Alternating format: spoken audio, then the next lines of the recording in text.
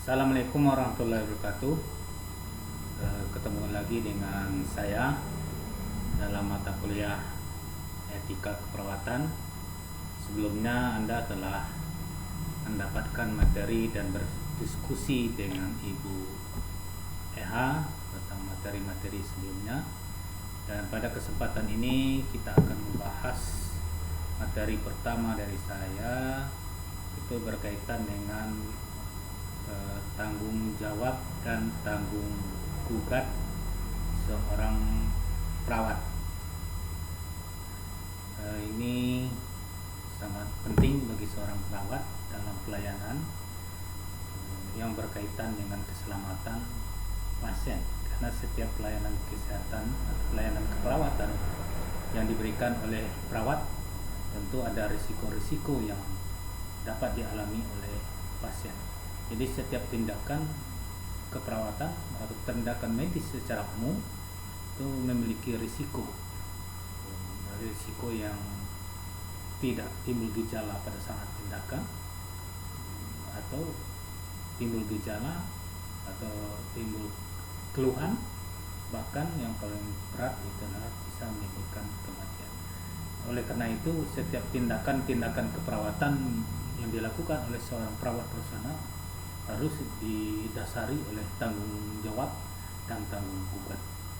Apa itu tanggung jawab dan tanggung gugat? Nah, itu kita akan bahas pada materi ini, dan kita berdiskusi. Anda bisa mencari referensi-referensi lain yang berkaitan dengan tanggung jawab dan tanggung gugat seorang perawat profesional.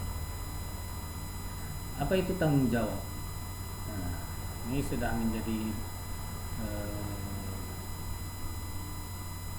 setiap tindakan kita seorang perawat itu memberikan tanggung jawab, beban tanggung jawab pada kita, sesuatu yang jadi beban kita baik secara fisik maupun mental.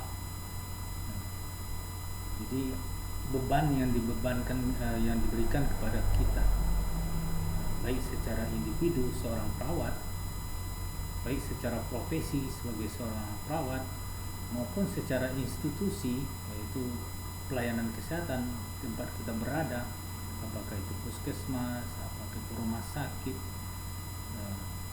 Ini menjadi beban bagi kita yang diamanahkan kepada kita. Di dalam konteks ini tanggung jawab kita adalah memberikan pelayanan kepada pasien. Pasien itu siapa? Bisa pasien itu bentuknya individu, di rumah sakit itu sasarannya individu, bisa sasarannya adalah keluarga, dan juga sasarannya adalah komunitas. Nah, bagaimana bentuk tanggung jawab itu sudah diatur semuanya dalam undang-undang kesehatan. Jadi Anda bisa pelajari lebih lanjut bagaimana konteks hukum beban tanggung jawab seorang perawat profesional kepada pelayanan kesehatan pada pasien. Itu bisa Anda cari referensi berkaitan dengan undang-undang kesehatan. Nah, seorang perawat profesional seperti kita bahaskan tadi, yang memiliki kemampuan yang disebut dengan kompetensi, yaitu kompetensi kognitif, pengetahuan tentang ilmu keperawatan, kemudian juga afektif, etika, sikap, bagaimana melayani dalam memberikan pelayanan kepada pasien, dan juga psikomotor, keterampilan, skill, art yang dibutuhkan seorang perawat dalam memberikan pelayanan kepada pasien. Nah, atas bekal kompetensi itu, yaitu terdiri ranah kognitif, pengetahuan, afektif, etika, dan sikap, kemudian psikomotor, keterampilan, skill yang dibutuhkan dalam pelayanan kesehatan, maka di sana tersimpan tanggung jawab dan tanggung gugat.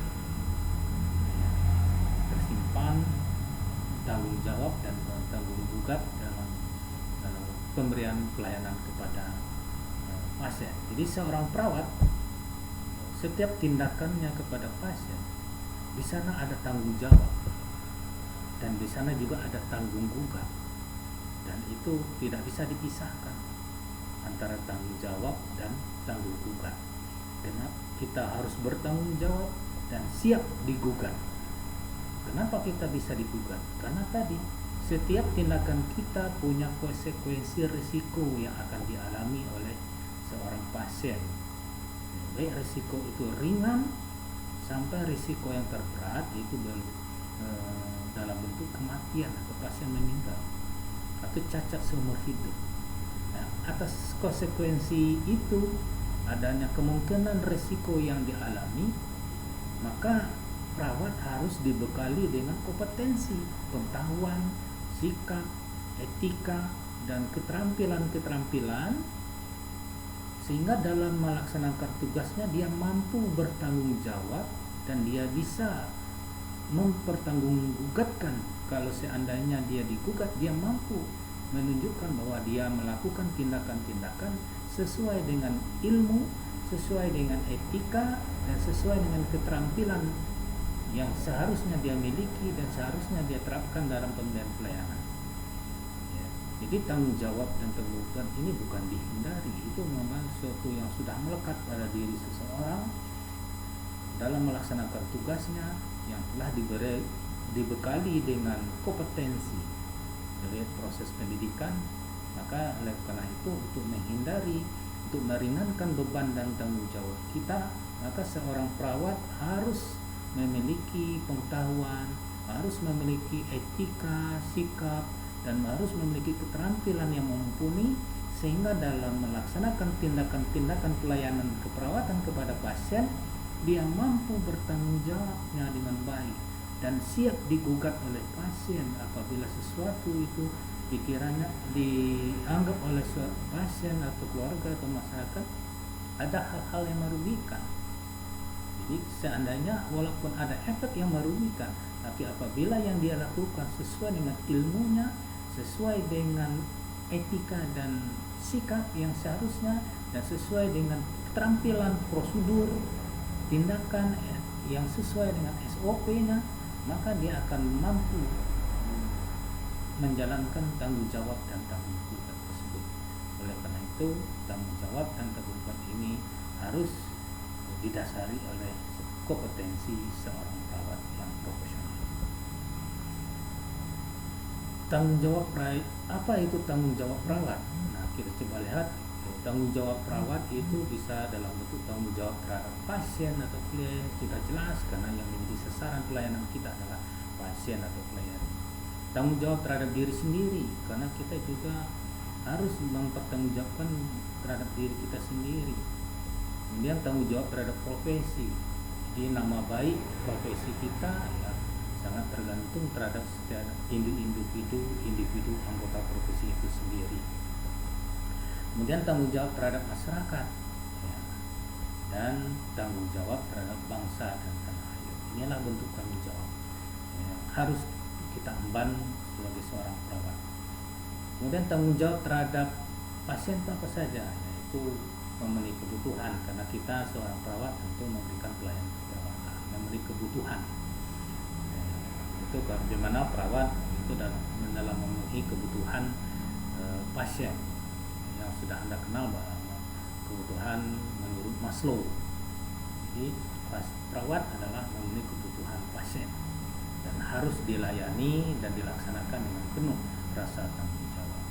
Kemudian melindungi pasien, yang membantu pasien untuk menolong dirinya sendiri. Maksud di sini pada prinsipnya kita membantu pasien bukan berarti kita mengambil alih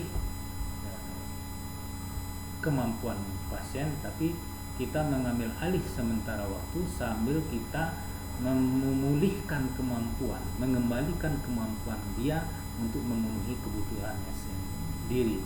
Ya, pada akhirnya pada saatnya dia akan mampu memenuhi kebutuhannya sendiri. Yang ketiga, yang terakhir, yang keempat itu merahasiakan. Jadi kita harus menjaga privasi, kerahasiaan pasien yang berkaitan dengan privasi, karena ada hal-hal yang sifatnya privasi pada pasien yang dia hanya diberikan kepada kita sebagai tenaga kesehatan. Nah, maka itu kita jaga, tidak kita